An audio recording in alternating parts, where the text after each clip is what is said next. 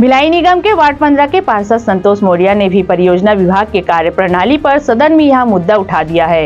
यह विभाग को बंद करना ही ठीक है। इस विभाग से आम जनता को कम लाभ और ठेकेदारों को ज्यादा लाभ मिल रहा है। आखिर इस विभाग से पार्षद को इतनी नाराजगी क्यों है, आइए जानते हैं उन्हीं से। मेरे साथ वार्ड 15 के पार्षद संतोष मौर्य हैं, जो अभी सामान्य सभा हुआ था उसको लेकर परियोजना विभाग पर इन्होंने सवाल खड़ा किया और पूरे सदनों में बोल दिया कि परियोजना विभाग का औचित्य क्या है, क्यों बनाया गया है, उसके पीछे मंशा क्या है, क्यों परियोजना विभाग बनाकर किसी को लाभ पहुंचाया जा रहा है। इसी सब विषय को लगातार वो बोल रहे थे।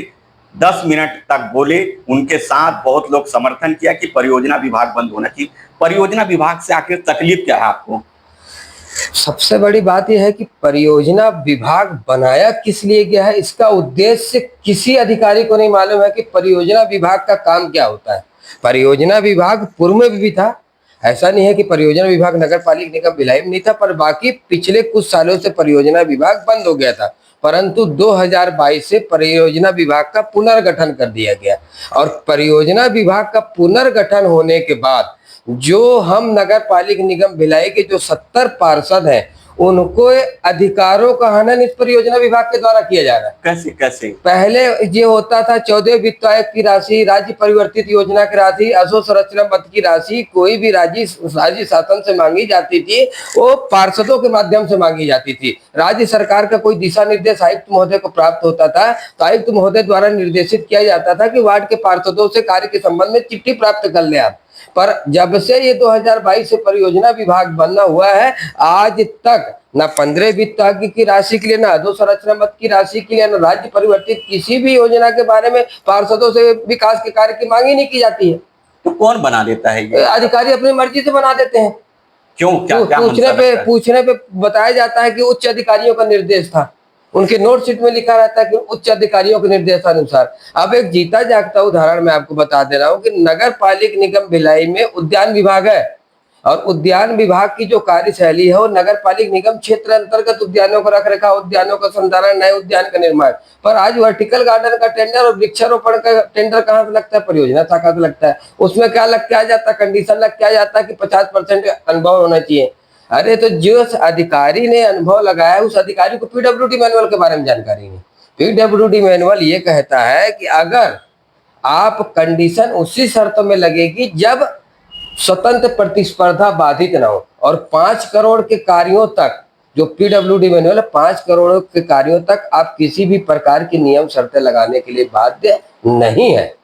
पर नियम शर्तें लगा के कहीं ना कहीं वो क्या है, आज हमारे पास वाहन शाखा है। आज वाहन शाखा का काम क्या रह गया? वाहन शाखा सिर्फ वाहनों का रिपेयरिंग का कार्य कर रहा है। वाहन की खरीदी कहाँ से हो रही है? परियोजना शाखा से हो रही है। कौन से 15 वित्त विभाग में भी खूब घाल मिल दिख रहा है, ऐसा कहना है लोगों का। क्या सही बात है क्या? 15 वित्त आयोग के अंतर्गत घाल मेल कहना है। देखो, बोलने के लिए तो लोग तरह तरह की बात कर रहे हैं और कहीं ना कहीं आज नगर पालिका निगम भिलाई की जो छवि धूमिल हो रही है वो सिर्फ परियोजना विभाग की कार्यशैली को लेकर हो रही है। मैं किसी अधिकारी के ऊपर आरोप नहीं लगाऊंगा, ना मैं किसी उसके ऊपर लगाऊंगा, पर मैं आपके माध्यम से आयुक्त महोदय से सिर्फ यही कहना चाहूंगा कि आयुक्त महोदय को यह निर्णय लेना है कि जोन किन कार्यों को करेगा, परियोजना विभाग किन कार्यों को करेगा, उद्यान विभाग किन कार्यों को करेगा। वैसे ही हमारे पास ऑलरेडी आज इंजीनियरों की कमी है। आज हमारा वैशाली नगर जोन 2 है, एक उप अभियंता के भरोसे 14 वार्ड चल रहा है। एक उप अभियंता, एक असिस्टेंट इंजीनियर, एक कार्यपालन अभियंता, एक जोन कमिश्नर, 4 लोगों के माध्यम से आज ये जोन चल रहा है 14 वार्डों का। तो आप लोग की सरकार है, क्यों नहीं इंजीनियर मंगा लेते हैं? नहीं, इसके संबंध में मेरे द्वारा पूर्व के अध्यक्ष महेश वर्मा जी के नेतृत्व में हमने बात किया था। उनके द्वारा आश्वासन भी दिया गया है, मंत्री अरुण साहू जी के द्वारा आश्वासन भी दिया गया है कि इंजीनियर उपलब्ध कराए जाएंगे। और अभी मैंने पिछली बार जब हमारी मंत्री जी से मुलाकात हुई थी, आज नगर पालिका निगम में जैसे पहले 20 लाख रुपए की निविदाएं ऑफलाइन होती थी, आज नगरीय निकाय प्रशासन द्वारा 10 लाख की निविदा को उसको ऑनलाइन कर दिया कि स्वतंत्र प्रतिस्पर्धा हो सके। पर आज स्वतंत्र प्रतिस्पर्धा होती नहीं। इतनी कंडीशन और इतने नियम शर्तें लगा दी जाती है, किनके इशारे पे लग रही है, किसके कहने से लग रही है, कोई नहीं है। परियोजना शाखा काम कर रहा है, परियोजना शाखा नाली भी बनवा रहा है, परियोजना शाखा पेवर ब्लॉक भी बिछवा रहा है, परियोजना शाखा लाइट भी लगवा रहा है। अब नेहरू नगर चौक से लेके केपीएस तक 15 भी तय के अंतर्गत तो लाइट लग रही है, डेकोरेटिव पोल लग रहा है। उस डेकोरेटिव पोल का औचित्य क्या है वो आज तक समझ में नहीं आया। अरे ऑलरेडी वहां पे पोल लगा था, इससे मजबूत पोल लगा हुआ था, कई वर्षों का पुराना पोल है, उसको काट कर आज आप नया पोल लगा रहे। और जो शहर में जिस जगह अंधेरा है व्याप्त, आप वहां पे पोल लगाना नहीं चाहते।